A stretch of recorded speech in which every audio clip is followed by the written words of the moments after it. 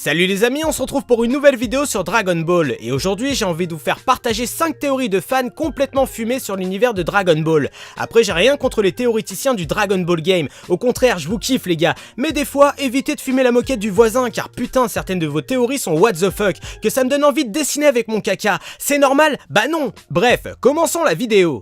Goku, la pire menace de la Terre? On va attaquer direct par une théorie qui m'a toujours fait rire. Suivant certaines personnes, la Terre se porterait mieux sans Goku. Pourtant, je rappelle que ce gars a quand même sauvé la Terre plus de fois que j'ai fait l'amour dans ma vie. C'est pas rien, bordel. Non, plus sérieusement, Goku pour certains c'est un modèle, ou encore pour d'autres c'est une source de motivation. Car au final, outre que Goku adore se battre, il a toujours combattu pour sauver la Terre, et ça au péril de sa vie. Donc je vais donner la parole à Jean Rageux, qui va nous expliquer pourquoi selon lui, Goku est la pire menace de la Terre. Eh ben Goku n'aurait jamais dû atterrir sur Terre, parce que sans lui Raditz, son grand frère, ne serait jamais venu le chercher. Dr Gero alors n'aurait jamais conçu les androïdes et Cell, Boo ne serait jamais sorti de son cocon, Beerus n'aurait jamais cherché le Super Saiyan God aperçu dans son rêve, Zamasu n'aurait jamais essayé. Mais ta gueule j'ai envie de te dire, car sans Goku le manga n'aurait plus de sens. C'est comme si ton père avait mis une capote, et bah tu serais pas là. Ouais, bah ça n'empêche que sans Goku le monde se porterait mieux. Exemple, quand il est mort contre Cell, la Terre a vécu un grand moment de paix, et comme par hasard il revient et tout repart en chewing-gum. La mère de Bulma est une androïde. Cette deuxième théorie est pas mal, j'avoue. Selon certaines personnes, la mère de Bulma serait une androïde. Et c'est vrai que pendant tout le manga, Panchi ne prend pas une seule ride, ce qui est perturbant. Car Akira Toriyama avait dit à l'époque de la sortie du film Battle of God que les parents de Bulma avaient environ 70 ans. Mais je pense que Jean Rageux peut nous en dire plus. Docteur Bref est un savant fou qui a enlevé une jeune femme à l'époque car il était trop moche pour pécho. Il l'a ensuite transformée en androïde puis conditionnée pour qu'elle soit sous ses ordres. Mais secrètement au fond d'elle, elle criait au désespoir. Et pour ceux qui me disent que c'est pas possible car ils auraient pas pu avoir d'enfants, faux et encore faux. Car rappelez-vous que C18 et Krillin ont fait crac crac boum boum pour avoir marron.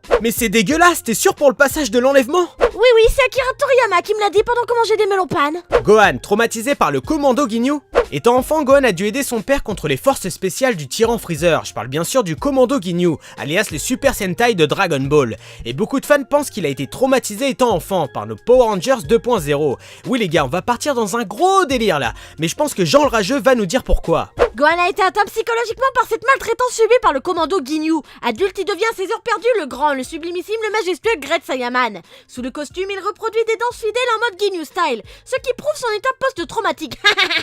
Oh putain, soit j'ai fumé trop de senzu, soit j'ai toutes les boules de cristal dans mon cul. Mais s'il vous plaît les mecs, réveillez-moi! Les demi-Saiyans sont plus puissants grâce à leurs glandes surrénales. Cette théorie est souvent mise sur le tapis, les demi-Saiyans seraient plus puissants que les Saiyans purs. La plupart des arguments donnés par les personnes qui ont cette conviction, c'est soit le passage de Gohan SSJ2 contre Cell, ou soit par le fait que Goten et Trunks peuvent se transformer en Super Saiyan et ça malgré leur très jeune âge. Mais attention, Jean le Rageux me dit qu'il a une preuve irréfutable, écoutons bordel! Donc la mise en danger de l'individu ou de l'un de ses proches crée une augmentation de puissance grâce à l'émotion vécue à l'instant T. Ce qui explique pourquoi Gohan a pu passer le stade de Super Saiyan 2 contre Cell. Les demi-Saiyans sont plus puissants que les Saiyans purs grâce à leur métissage humain, car les humains véhiculent plus d'émotions que les Saiyans purs souches. Je m'explique.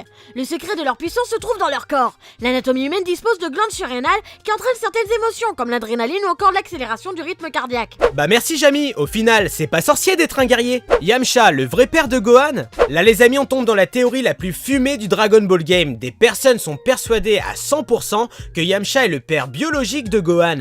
On a tous déjà vu des trolls sur les réseaux sociaux où les mecs comparent les différentes coiffures de Gohan et Yamcha. Bon c'est bizarre, mais de là à dire qu'il est le papounet de Gohan, vous poussez les mecs. Mais encore une fois, Jean le Rageux dit tenir la vérité absolue. Tout à fait, Chichi est loin d'être une sainte, car beaucoup me diront « Mais alors pourquoi Gohan peut-il se transformer en Super Saiyan ?» Vous voulez la vérité ?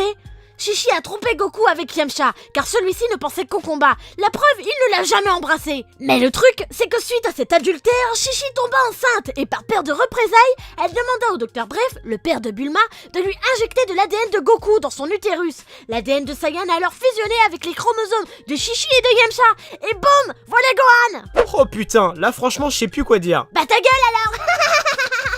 Voilà les amis, la nouvelle vidéo se termine, j'espère qu'elle vous aura plu. N'hésitez pas à me dire par commentaire les théories les plus folles que vous avez entendues sur Dragon Ball. N'oubliez pas de liker, de partager et surtout abonnez-vous à la chaîne YouTube. Sur ce, moi je vous laisse, tchuss!